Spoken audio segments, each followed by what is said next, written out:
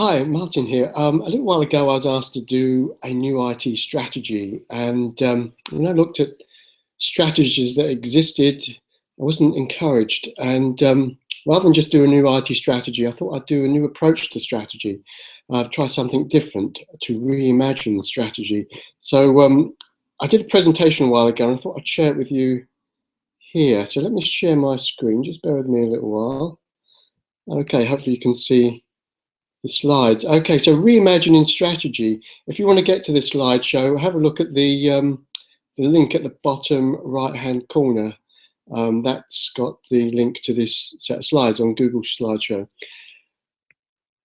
So when I looked at people's responses to strategies, they weren't encouraging. I got a lot of defensive responses. Why on earth are they making me do this? What's the point of all this? There was no meaning. And worst of all, of course, were some decision makers that were finding that the strategies that were being produced didn't help them make any decisions. And that's the whole point of strategy, in a sense, is, if you've got some uncertainty, the strategy should help you make a decision.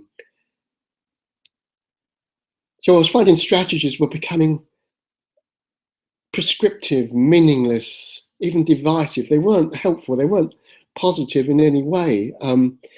They were becoming confused. They were becoming action-oriented, stick and tick. There was a set of deadlines, actions to be performed. If, of course, you didn't perform the action, there was probably some punishment, but if you did, there was some tick. There was becoming a bit of a tick box exercise. Prescription. People were given prescriptions. It's not surprising we got the kind of defensive reactions we did. It's the same kind of reaction you get to some kind of catastrophic news, like patients that are diagnosed with a terminal illness. The same model implies a lot to imposed change. The grief cycle of denial, anger, bargaining, depression, and final acceptance. Denial, oh my God, why are they making me do this? Anger, oh, this is crazy. Bargaining, maybe, okay, I could do this if I have certain resources, blah, blah, blah. Depression, and finally acceptance. I'll find a lot of strategies are sort of fast-tracked in to try to get to the acceptance phase as quickly as possible, but it's not really the most inspiring, most effective way of making a strategy or using a strategy. In fact, what's going on, I find, is that strategies are becoming so dense, sometimes 70 pages of detailed action. You can't see the big picture. You can't see the forest for the trees. You can't see where you're going. And the reason being, in a sense, that strategy has often been confused with planning, if not replaced with planning. And as Mintzberg said, that's an oxymoron. A strategy is all about analysis. In fact, it often begins with analysis, often a SWOT analysis. Look at your strengths, weaknesses, opportunities and threats, and then create some kind of action plan to address those strengths, weaknesses, opportunities and threats, often copying some kind of action plan from some other organization or mixing them from various organizations. Strategies are all starting to look the same. They're becoming predictable, generic, uninspiring and dull. And the whole process of this confusion of strategic planning, it can backfire big time, narrowing vision, discouraging change, breeding an atmosphere of politics and destroying commitment. So it's time to reimagine, try and do something else. What needs to be done? Well, Mintzberg and I would also say separate strategy and planning. They are different things. Strategy is about why you want to do something, and planning is about how. As I referred to the slides earlier, where so much of strategy was about how and not why. People were confused about why we were doing things. They knew how we were supposed to do it. It was all prescribed, but there was no answer to the meaning of why. So strategy is about where you want to get to. It doesn't describe the route. It just says you want to get from A to B. And the people in IT know about routes very well. There's often, in networking, multiple routes with different costs involved. That is the planning, the how. So, as every good consultant and author has, there's a follow-up book. So Mintzberg, after describing the problems with strategy, the fall of strategy, describes a different approach to strategy, strategic thinking in Strategy Strikes Back, or Bites Back, sorry. So for Mintzberg, he says strategy has to position, it has to inspire. And he says that an uninspiring strategy is no strategy at all.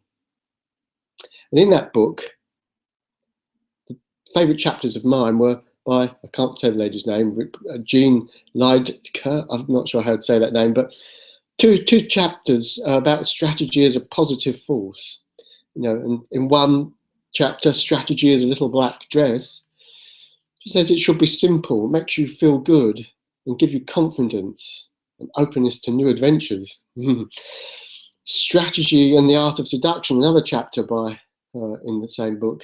You know, treat your employees like lovers instead of prostitutes.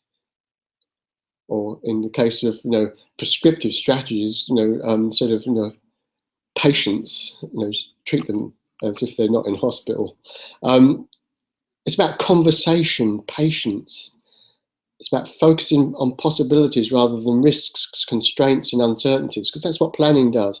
Planning looks at the risks. It doesn't like uncertainty. So what should strategy be? Well, I was tempted to ditch the word strategy altogether and just have philosophy, but a lot of people don't like that. But in a sense, strategy is philosophy. It's a theory or attitude that acts as a guiding principle for behaviour. But if you recast this as a more traditional strategic phrase, it's a logic for making one set of choices rather than another. And overall, it should be simple. It should be what I call fractal. It should be able to apply at all levels. And most of all, it should be meaningful if we can try and make it meaningful.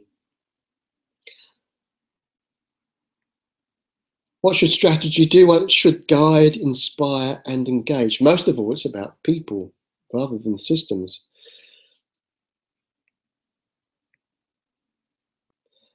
And for an IT strategy, I see it as a kind of intersection of at least these four major factors: the people, the curriculum, the business, and the technology. This is a IT strategy for education.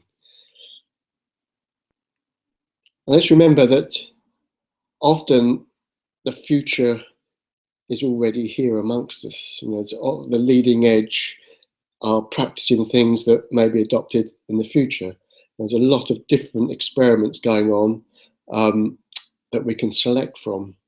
It's another kind of thing I'm not mentioning here really is strategy as a portfolio of experiments and an evolutionary approach where you can select different experiments according to the environment. It's an adaptive approach to strategy. And of course, the faster you travel, the further ahead you must look. If you're traveling at 100 miles an hour, it's no use looking at the road 6 feet in front of your car. So it's good to look far out and wide.